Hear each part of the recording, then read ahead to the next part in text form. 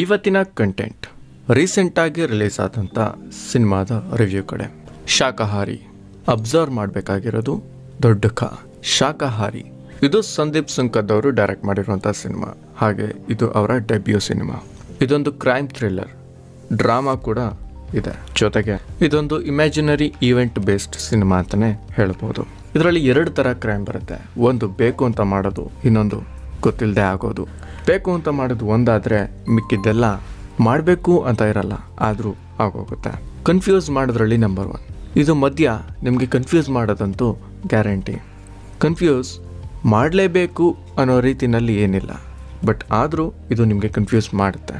ಇದರಲ್ಲಿ ತುಂಬ ಇಷ್ಟ ಆಗಿದ್ದಂಥದ್ದು ಗೋಪಾಲ್ ಕೃಷ್ಣ ದೇಶಪಾಂಡೆ ಅವರ ಆ್ಯಕ್ಟಿಂಗ್, ಹಾಗೆ ಅವರ ಪಾತ್ರ. ಪ್ರತಿಯೊಂದು ಕಡೆಯಿಂದನೂ ಅವ್ರಿಗೆ ಒಂದು ಪ್ರೆಷರ್ ಅನ್ನೋದು ಇರುತ್ತೆ. ಆ ಫ್ರಸ್ಟ್ರೇಷನ್ನ ತೋರಿಸಿರೋ ರೀತಿ ತುಂಬ ಚೆನ್ನಾಗಿತ್ತು. ಇದನ್ನು ಗೋಪಾಲ್ ಕೃಷ್ಣ ದೇಶಪಾಂಡೆ ಅವರು ತುಂಬ ಸುಲಭವಾಗಿ ತೋರಿಸಿದ್ದಾರೆ ಅಂತ ನಮಗೆ ಅನ್ನಿಸ್ತಾ ಇರುತ್ತೆ. ಹಾಗೆ ರೀಪ್ಲೇಸ್ ಯಾರು ಅಂತ ನೋಡಿದ್ರೆ ತುಂಬ ಕಮ್ಮಿ ಜನ ಇದಕ್ಕೆ ಸಿಗ್ತಾರೆ.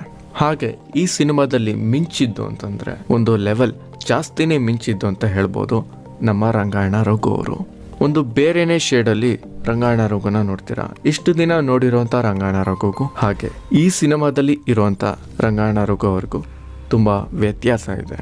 ಇದರಲ್ಲಿ ಬರುವಂಥ ಮ್ಯೂಸಿಕ್ ಹಾಗೆ ಲಿರಿಕ್ಸ್ ಈ ಸಿನಿಮಾಗೆ ಆಪ್ಟ್ ಆಗಿರೋ ಥರ ಕೊಟ್ಟಿದ್ದಾರೆ ಮ್ಯೂಸಿಕ್ ಡೈರೆಕ್ಟರ್ ಮಯೂರ್ ಅವರು. ಹಾಗೆ ಇದರ ಎಡಿಟರ್ ಶಶಾಂಕ್ ನಾರಾಯಣ್ ಅವರು. ಇವರು ಎಡಿಟಿಂಗ್ ಮಾತ್ರ ಅಲ್ಲದೆ ಇದರಲ್ಲಿ ಆಕ್ಟ್ ಕೂಡ ಮಾಡಿದ್ದಾರೆ. ಅದೊಂದು ಒಳ್ಳೆ ವಿಷಯ ಅಂತಾನೆ ಹೇಳ್ಬೋದು. ಇನ್ನು ಕತೆ ವಿಷಯಕ್ಕೆ ಬಂದ್ರೆ, ಕತೆ ತುಂಬಾ ಸೀರಿಯಸ್ ಆಗಿದೆ.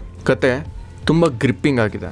ಹಾಗೆ ಇದರ ಸ್ಕ್ರೀನ್ ಪ್ಲೇ ಕೂಡ ಅಷ್ಟೇ ಟೈಟ್ ಆಗಿ ಹಲವಾರು ಕಡೆ ಕಾಣಿಸುತ್ತೆ. ಕ್ರೈಮ್ ಅಂತ ಬಂದಾಗ ಅದರಲ್ಲಿ ಡ್ರಾಮಾ ಕೂಡ ಇನ್ಕ್ಲೂಡ್ ಆಗಿದೆ ಅಂತಂದಾಗ ಅದು ಒಂದು ಒಳ್ಳೆ ಕಾಂಬೋ ಆಗುತ್ತೆ. ಹಾಗಂತ ಇದು ತುಂಬ ಸೀರಿಯಸ್ ಫಿಲಮ್ ಅಂತಲೂ ನಾವು ಅದೇ ರೀತಿ ಪ್ರೊಜೆಕ್ಟ್ ಮಾಡೋದು ಕೂಡ ತಪ್ಪಾಗುತ್ತೆ. ಇದರಲ್ಲಿ ಅಷ್ಟೇ ಎಂಟರ್ಟೈನ್ಮೆಂಟ್ ಕೂಡ ಇದೆ. ಚಿಕ್ಕ ಚಿಕ್ಕ ಲೈನ್ ಬಂದರೂ ಕೂಡ ಅದು ನಮಗೆ ನಗು ಬರ್ಸುತ್ತೆ. ಬಟ್ ಆಫ್ಕೋರ್ಸ್ ಓವರ್ ಆಲ್ ಆಗಿ ಇದೊಂದು ಸೀರಿಯಸ್ ಫಿಲಮ್ ಅಂತಲೇ ಹೇಳ್ಬೋದು. ಒಂದು ಪ್ಯೂರ್ ಕಂಟೆಂಟ್ ಓರಿಯೆಂಟೆಡ್ ಮೂವಿ ಅಂತಲೇ ಹೇಳ್ಬೋದು. ಸ್ಟೋರಿ ಅಥವಾ ಕೇಸ್, ಈ ಕ್ರೈಮ್ ಅನ್ನೋದೇನಿದೆ, ಈ ಕೇಸ್ ಏನು ನಡೀತಾ ಇರತ್ತೆ, ಇದು ಸಿಂಪಲ್ ಆಗಿನೇ ಇದೆ.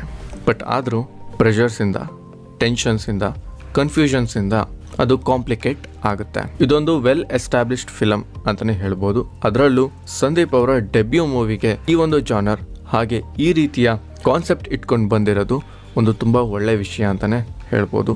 ಇನ್ನೂ ಪ್ರಿಸೈಸ್ಡ್ ಆಗಿ, ಪಿಚ್ ಪರ್ಫೆಕ್ಟ್ ಆಗಿ ಮುಂದೆ ಇನ್ನೂ ಒಂದಷ್ಟು ಕಂಟೆಂಟ್ ಓರಿಯೆಂಟೆಡ್ ಸಿನಿಮಾಗಳನ್ನ ತರೋ ಅಂತ ಡೈರೆಕ್ಟರ್ ಕೂಡ ಆಗ್ಬೋದು ನಮ್ಮ ಕನ್ನಡ ಇಂಡಸ್ಟ್ರಿನಲ್ಲಿ. ನೋಡೋಣ ಮುಂದಿನ ದಿನಗಳಲ್ಲಿ.